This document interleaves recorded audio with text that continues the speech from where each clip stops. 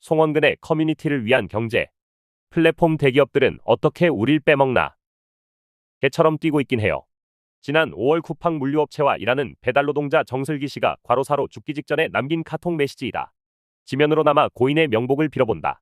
이른바 플랫폼 노동자라 부르는 배달노동자들은 2022년 현재 약 80만 명으로 전체 취업자의 3%에 이른다. 클릭 한 번으로 물건을 사고 음식을 주문하면서 만나게 되는 택배노동자나 배달노동자들이다. 이 수가 많다고 느낄지 모르나 스마트폰 앱이나 웹사이트 등 플랫폼의 단순 중개로 일감을 구한 프리랜서까지 포함한 광의의 플랫폼 종사자는 292만 명까지 늘어난다.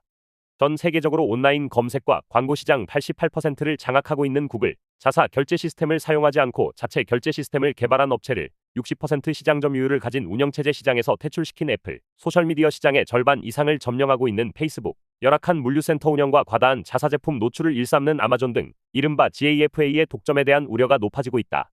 우리도 2024년 들어 소수의 지배적 플랫폼 사업자를 지정하고 플랫폼 시장에서 빈번하게 나타나는 위반 행위를 금지하는 가칭 플랫폼 경쟁 촉진법 제정을 추진할 계획이라고 한다. 미국 의회나 재계의 반대가 심하고 또 현 윤석열 정부의 배짱을 고려하면 실제 입법이 될지 불투명하다. 아마 힘들 것이다.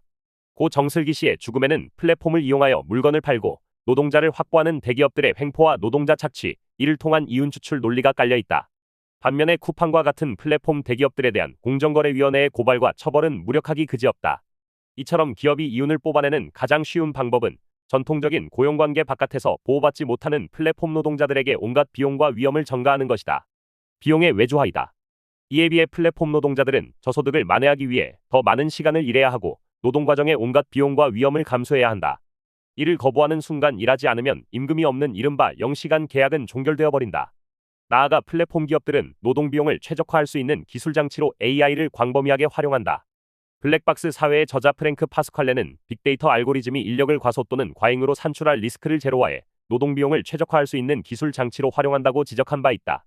노동자들에게는 정작 잘 알려지지 않는 이 알고리즘은 이제 노동자들을 평가하고 서열화한다. 플랫폼 노동자에 대한 비용 전가 말고도 기업들은 알고리즘과 인공지능, 앱 등에 힘입어 노동자뿐만 아니라 기존 생산자, 배달자, 공급자, 소비자 등을 플랫폼에 종속시키고 자본이 감소해야 할 위험을 전가한다. 노동비용을 줄여 이윤을 더 확보하려는 노력 이외에 플랫폼 대기업들이 활동하는 양면시장 특성에서 비롯되는 잉여 추출 구조에 주목해보자. 네트워크 구축 초기 큰 비용을 들였고 이후에도 고객 확보를 위한 치열한 경쟁을 벌이고 있는 플랫폼 대기업들은 네트워크가 일정 규모에 이르면 진입장벽을 만들고 이른바 교차 네트워크 효과로 인하여 추가적인 비용을 들이지 않고도 수익을 획득할 수가 있다. 경제학적으로 말하면 수학체증을 일으키는 요인이 되는 것이다. 플랫폼 기업의 잉여 수치 방식 중에서 주목되는 또 다른 하나는 바로 행동잉여 추출이다.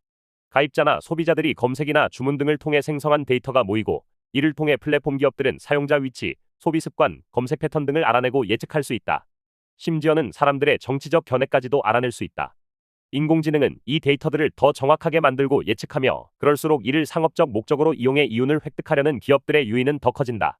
소비자들이 어떤 제품을 원하고 얼마에 사려고 하는지를 정확하게 알 수 있다면 기업들의 소비자들이 원하는 가격을 제시하고 시장 가격보다 더 높은 가격에 팔 수 있다. 경제학에서 말하는 1차 가격 차별이다. 모든 소비자에게 이런 가격을 책정하여 차별적 가격을 부과할 수 있다는 의미에서 완전 가격 차별이라고도 부른다.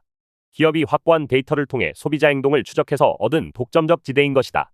기업들이 우리들의 행동의 흔적을 들여다보고 이를 상업적 목적에 활용하는 것을 사회학자인 주보프는 감시자본주의로 개념화했다.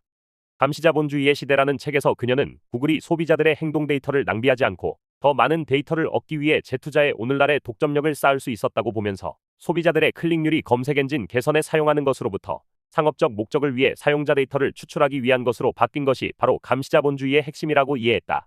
이 행동잉여라는 개념은 경제학자인 장티롤 교수의 양면시장 분석에도 등장한다. 최근에 오라일리 등은 이러한 지대를 알고리즘 주목지대로 좀 더 구체화하고 있다. 이에 따르면 이 지대는 일상생활이 된 소비자들의 온라인상의 관심과 주목의 배분을 알고리즘 조작 등을 통해 왜곡시킴으로써 소비자들이 다른 선택을 하게 만들거나 더 높은 가격을 지불하는 방식으로 추출된다. 독점 대기업화된 플랫폼 대기업들의 불공정행위를 통한 잉여의 추출도 문제다. 이는 불공정행위가 없었더라면 경쟁하는 기업들에게 돌아가야 할 것이라는 점에서 그 본질은 착취이다. 아마존 없이 아무것도 구매할 수 없다는 미국에서 아마존은 아주 싼 가격에 경쟁적 제품을 쏟아내면서 관련 소매업체들을 반강제로 가입시킨 뒤 관련 판매, 소비자 정보 독점, 이 정보를 분석해 더 싼 제품을 만들어 이를 아마존에 더 자주 노출시키는 방식으로 고분고분하지 않은 경쟁사들을 축출한다. 아마존의 이런 횡포는 지역 경제 생태계를 붕괴시킬 뿐만 아니라 성난 지역의 유권자들이 차별이나 혐오에 더 잘 반응하게 만들어 결국은 민주주의를 파괴할 위험이 크다. 아마존의 플라이휠이라는 사업 모델을 그대로 따라했던 쿠팡도 마찬가지다. 쿠팡의 주 수익은 마켓플레이스 수수료, 셀러들로부터 징수하는 광고료, 물류 서비스 수익, 그리고 멤버십 정기 구독료 수입 등이다. 그런데 쿠팡은 와우 멤버십 가격을 인상하면서 쿠팡 플레이와 쿠팡이츠 알뜰 서비스 이용료를 포함시키는 끼워 팔기를 통해 소비자들로부터 잉여를 빼앗는다. 또 아마존과 마찬가지로 자기 상품 우대거래, 아이템 이너 시스템을 통한 불공정 행위, 중소기업 제품 베끼기, 주정산 제도를 이용한 거래대금 지연, 높은 수수료 부과 등을 통해 중소상공인들의 수익을 부당한 방법으로 수취해간다. 여기에 소비자 결제 대금이 입점업체에 정산되기 전까지 쿠팡에 머물면서 생기는 이자 수입도 만만치 않다. 지금까지 논의는 경제적 측면에서 기업이 수취, 약탈해가는 잉여에 대한 것이었지만 기업이 올리는 이득은 단순히 경제적인 것에만 국한되지 않는다. 경제 권력을 바탕으로 하여 정치 권력을 포획하는 것은 플랫폼 대기업들이 출현하기 이전부터도 매우 심각한 문제였다. 스티글리츠는 정치 권력이 경제 권력에 포획된 상황에서 지대 추구 행위는 정부 실패가 아니라 시장 실패의 주요 원인이라고도 했다. 이제 전통적인 거대 독점 자본의 자리를 플랫폼 빅테크 기업들이 차지하면서 경쟁법을 집행함에 있어서도 이들 거대 플랫폼 기업이 얻는 경제적 이익뿐만 아니라 정치적 영향력을 포함한 다양한 이익을 고려해야 한다는 목소리도 높아지고 있다.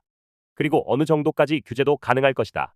그러나 중국의 사회적 신용평가가 보여주듯이 정부가 유권자들의 정치적 성향이나 행동을 감시 예측하고 유도하기 위해 빅데이터를 확보한 플랫폼 빅테크 기업들에 의존하려고 할 경우 그런 규제들이 얼마나 효과가 있을까?